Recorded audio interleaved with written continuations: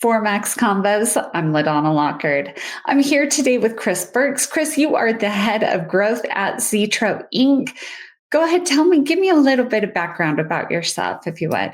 Yeah, absolutely. Thank you for having me, first and foremost. And I'm really excited that we were able to connect and put this on the calendar. So, really grateful to be here. And yeah, my position at Zietro, head of growth. So, what we are, we're a mortgage technology platform. We're enabling and empowering loan originators to have a more streamlined and efficient process at the end of the day through the adoption of emergent technology, as well as empowering the home buyer to have a more transparent process to alleviate a little bit of that anxiety and tension that comes with buying a home. And so, my role at the company is really, ushering in new adoption of this technology. And then I take it from an educational standpoint to show, hey, look, there's this new exciting technology on the horizon.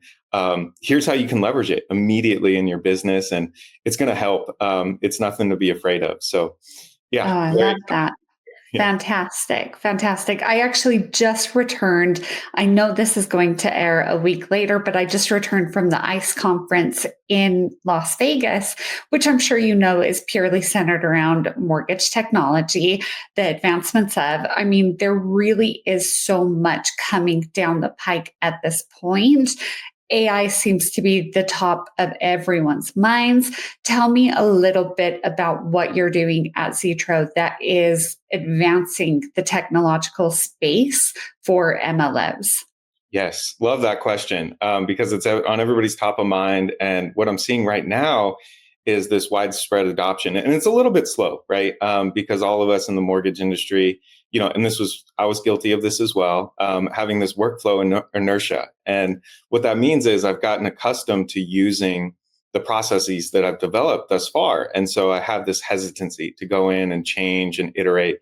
But I think there's just this massive opportunity, not only with AI and what we're doing is applying, technology like optical character recognition, natural language processing, machine learning, and then retrieval augmented generation in the mortgage process. And I mean, we see unbelievable results from the people who are adopting it. I mean, they're pre-qualifying borrowers 2.5 times faster, getting Wow. 90% application completion rates, 85% income calculation accuracy. I mean, it's really exciting stuff. But there is that first step that all of us need to take to learn it. And, I remember, just as an aside, my first communication with ChatGPT. And I'd never seen it before, large language model. And I'm going, I don't even know how to use it. I don't know how to prompt it. But it led me down this path where, I'll say I'm a little bit guilty of being obsessed with AI right now, and I'm a proponent. But it's really exciting for everybody out there. And I really encourage everyone to just give it a shot, whether it's ChatGPT, Claude, Perplexity. I mean, there's so many different solutions. And now that they're coming to the mortgage industry, I think there'll be a revolution in the next 1 to 2 years. I'm very excited. I completely agree. And it's so funny. I had this conversation recently with someone that I convinced into using ChatGPT. And she came back to me and she was like, okay, you're right. You were right. It has revolutionized everything that I do. But there is that reluctance. There is still that hesitancy. And let's call a spade a spade. We work in an industry that has a population over the age of 50 for the most part. I want to say that the average age of the typical loan officer right now is around 57. There is more of a reluctance to adopt AI into their everyday lives. And again, if you're one of those over the age of 50 and you're proving me wrong, please tell me how you prove me wrong because I want to hear it. But for the most part, there really is so much reluctance around it. What would you say to people to help them kind of get past that hurdle of that initial reluctance? Absolutely. And again, great question, because there is that, well, is it going to do this? Is it going to do that? How do I know that it's real at the end of the day and it's not messing with me? And I think those are all valid concerns. And so my viewpoint is try it, because the same thing happened for me. I was guilty of it as well.